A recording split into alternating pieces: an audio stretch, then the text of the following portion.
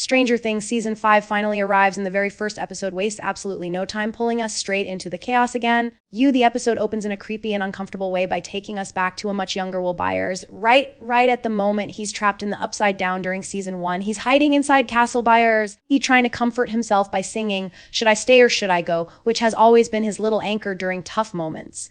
As he whispers the song to himself, strange noises start echoing outside the fort. Before he can even fully process the sound, a Demogorgon suddenly bursts through the wall, forcing Will to run for his life.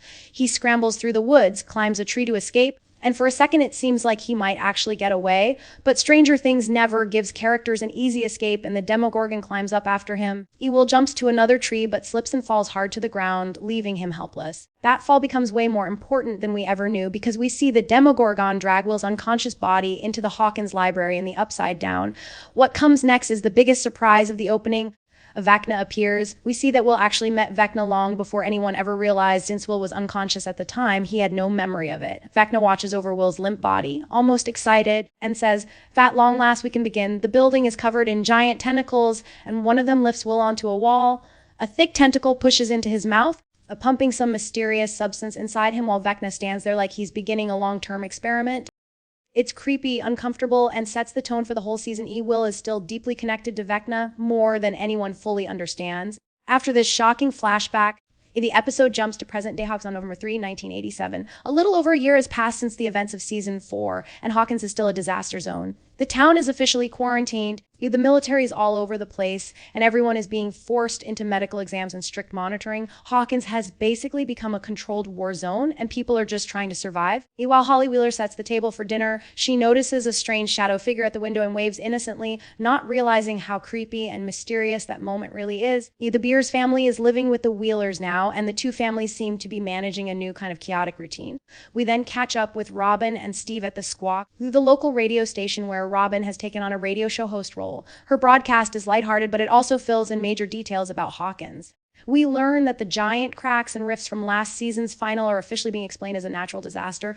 The military has sealed the holes using massive metal plates, but the Upside Down is still closer than ever, and a huge military zone has been created called the Max Z. A quick cut inside the base shows that the military actually has a gate wide open, meaning they're going in and out of the Upside Down regularly for reasons they don't fully explain. Meanwhile, at Hawkins High, Dustin is walking around in his Hellfire Club shirt, and he's instantly judged by everyone around him. Andy, one of the school bullies, confronts him and starts ripping the shirt, claiming Hellfire is over. Mike Lucas and Will jump in to help Dustin, and Lucas uses his popularity as a basketball star to scare Andy off. Even though everyone else has tried to move on from Eddie's death, Dustin clearly hasn't. He's still hurting deeply and refuses to stop honoring Eddie, which creates tension between him and the others. Mike tries telling Dustin that Eddie would want them focused on stopping Vecna, not drawing attention, but Dustin snaps and storms off. 11 appears next during a tense sequence. The episode tricks us at first by showing 11 running from military soldiers in the woods.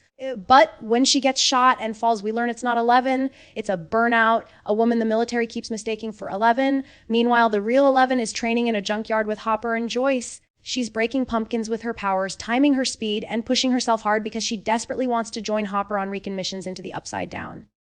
Hopper refuses to let her go, even though she secretly hit the required time to qualify. Joyce later reveals to Hopper that Elle made her time, but he admits he's scared to let her take these risks. He needs her, but he's terrified to lose her again. We also catch up with Murray, who has been sneaking in and out of Hawkins disguised as a delivery driver. He brings weapons and supplies for the group, including bullets and grenades, and tells them the military is planning a burn, meaning a scheduled mission into the Upside Down. Murray suggests this might finally give them a chance to track down Vecna and finish things once and for all.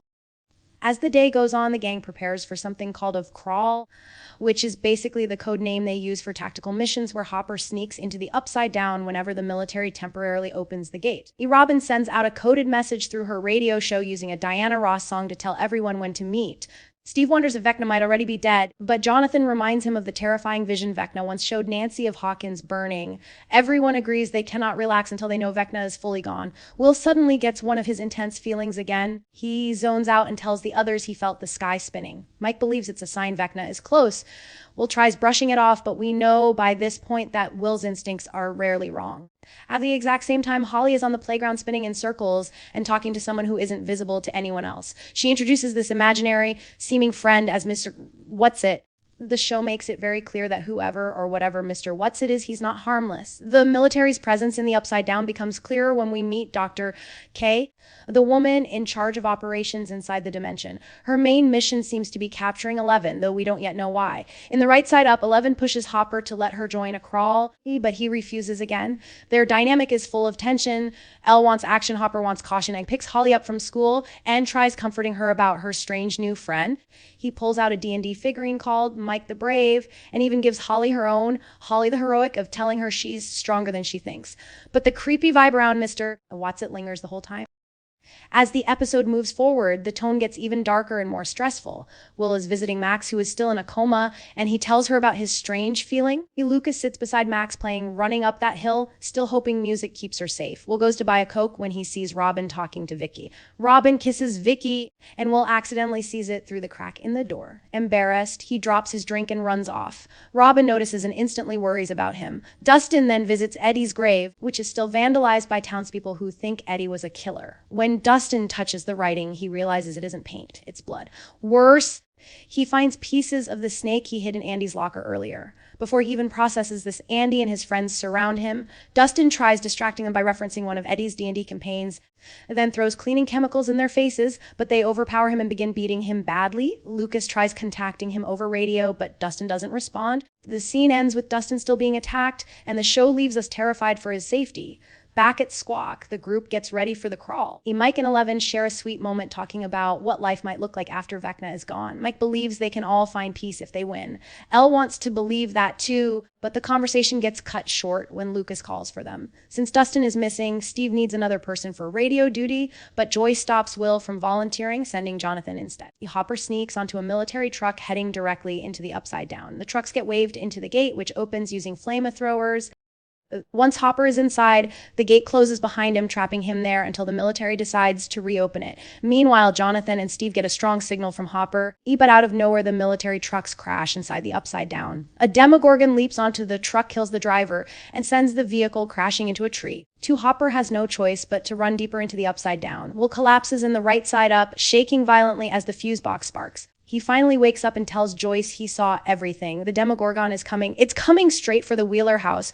The final sequence is intense and terrifying. Karen Wheeler and Ted are at home, unaware of the danger. Holly is crying in her room, clutching the figurine Mike gave her. As she lies there, her nightlight starts flickering. Suddenly, the ceiling cracks open and a giant portal forms. A Demogorgon crawls out of the hole in the ceiling right into her room. The episode cuts to black, leaving viewers with a horrifying cliffhanger. Season 5, Episode 1 makes one thing clear. Vecna is not just back, he has a new target, and Hawkins has no idea what's coming.